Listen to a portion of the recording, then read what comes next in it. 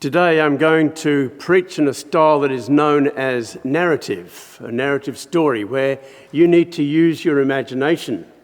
I'm going to transport you back 2,000 years to something that could have happened. Just use your imagination.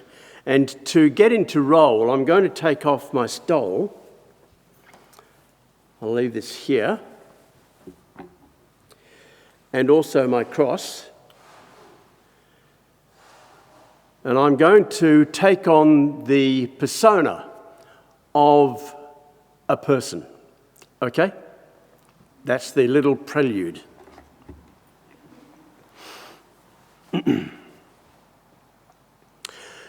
Greetings and good morning to you in the name of Christ Jesus. I would like to tell you something that happened to me many years ago. It is about a conversation that I had that changed my life. It happened between myself and Nicodemus the morning after his encounter with Jesus. You know, that time during the night, you might remember it in stories. But let me introduce myself. My name is Reuben, and I was a part of the Jewish religious elite many years, many decades ago. I was actually studying to be a Pharisee, and Nicodemus was my tutor. I asked him if I could come under his tutelage, and he graciously accepted. He was known as a progressive in his time, and had much respect from his peers because of his wisdom, knowledge, and experience. That was a long time ago, and things have changed since then. But let me tell you my story. I was a young and impressionable novice rabbi, and as I said, under the tutelage of Pharisee Nicodemus. The hot topic among the Pharisees at that particular time was that upstart rabbi called Jesus. And from all places, Nazareth. What good comes out of Nazareth was the saying.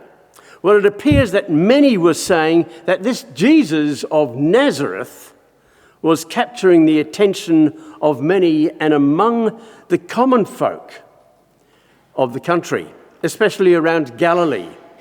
He was very popular.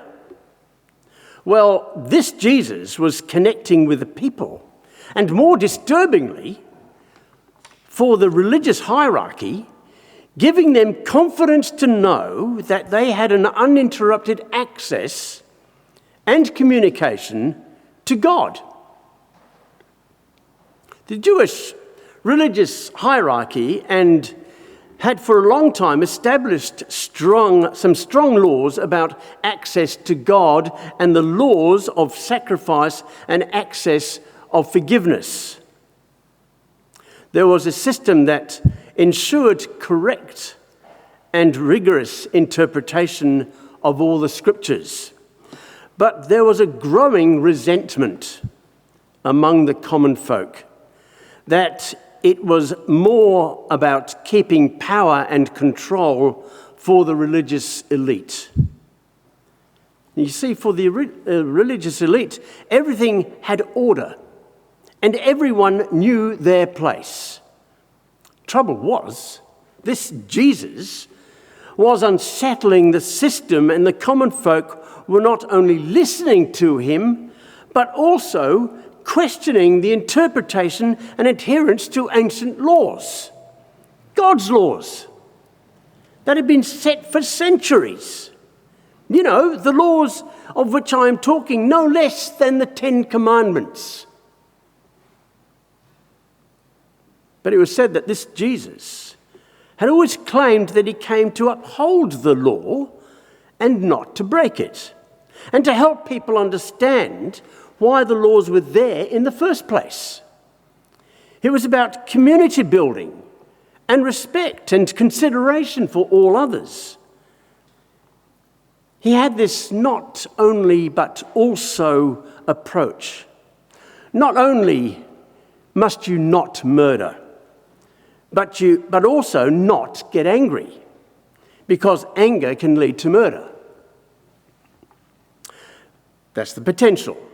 Not only not have relations with a betrothed person, but not even to desire to have relations with that person. Jesus constantly reminded everyone to build right relations. But that was the reason for the law. And that was the reason for the law. The interpretation of the law had been made simple by the establishment by setting a whole lot of little rules that people had access to and just could follow. But Jesus was challenging the people to think about the reason behind the law. The Pharisees did not want the people to question and understand the laws, but they wanted the people to follow them blindly and without question. Jesus disputed this and was telling the people to take responsibility for their belief and understanding of God, and not to assume simplistic and blind acceptance. That's what it was. Some of the conservative Pharisees wanted the people to remain uneducated and unquestioning, whereas Jesus encouraged a more thoughtful expression of faith and belief. It seems that it's happened right the way through the centuries. So you will understand that this was a point of much discussion among the learned Jewish leadership, Nicodemus being one of them. I have to add, though, that Nicodemus was one of the more progressive and flexible thinkers among the Pharisees. So when we found out that Jesus was coming to town, we thought it a great opportunity to check out what Jesus stood for and what he was saying. I was champing at the bit to be a part of the action, and I had some imaginary questions that I wanted to ask Jesus and have an intelligent discussion with him. But Nicodemus wanted to go a step further. He sought a private audience with Jesus, and he got it. Us novices who followed him under his tutelage encouraged him to go.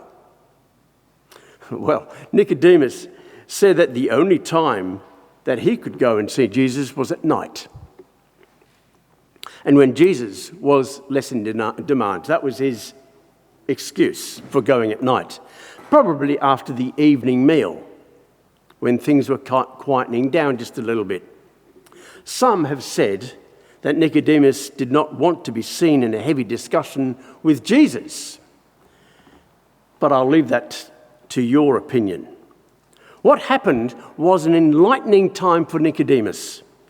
Nicodemus went through all the necessary protocols at the beginning of the conversation of polite Jewish exchange and conversation among religious leaders. They would compliment each other.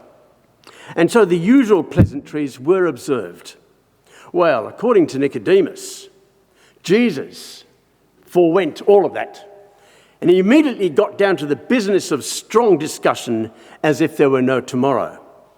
No time was wasted, and Nicodemus's well-prepared questions seemed completely irrelevant. Nicodemus confessed that the conversation instead took the direction of the need to be born from above. Born from above. He also confessed to trying to be smart, with the response about how a grown person cannot go back into a mother's womb and be born a second time. Jesus was never going to bite on that pithy question. Instead, his terse response to Nicodemus, according to Nicodemus, was that he did not get the point and was talking about spiritual and adult rebirth. Spiritual rebirth. Not about physical rebirth. Then Jesus talked about the wind blowing in different directions and not knowing where it comes from or where it goes. In other words, one size does not fit all, and the Spirit of God can be heard and understood in many different ways. Therefore, no one has the mortgage or control over the interpretation of the law. It can change from time to time, from person to person. All people have to take responsibility for their own understanding and be given respect that people can think in different ways. A big lesson for learned and wise Nicodemus. Nicodemus and Jesus talked for a long time, and the conversation had an amazing effect on him. He was a changed man, from that of being the cautious progressive to the enlightened wise person. It was as if he had seen the light while being in the dark in more ways than one. You might be wondering how this experience of my conversation and relationship with Nicodemus may have affected me all these years later. Well, I did complete my studies to be a Pharisee under the guidance and influence of Nicodemus, but you might be interested to know that I did hear Jesus myself in the latter times of his life, and I witnessed his time when he came to Jerusalem. I followed him, literally, and came to admire him greatly. And I must confess that I did have that so-called being born from above experience. And through the combined witness of sharing with Jesus' close followers and also sharing and revealing my understandings with them, have come to experience and see and understand more that everybody has opportunity to be in relationship with God. Well, sadly, Nicodemus has long gone, and I have grown older. But I have taken up his wise counsel to be open and respect the thoughts and understandings of others. I've become one of those leaders of the Jews like Nicodemus was, so the baton continues to be passed on and on. Last thing, I have to admit being a part of both camps. Having a foot in both doors, the traditional Jews and the growing band of people called the followers of the way.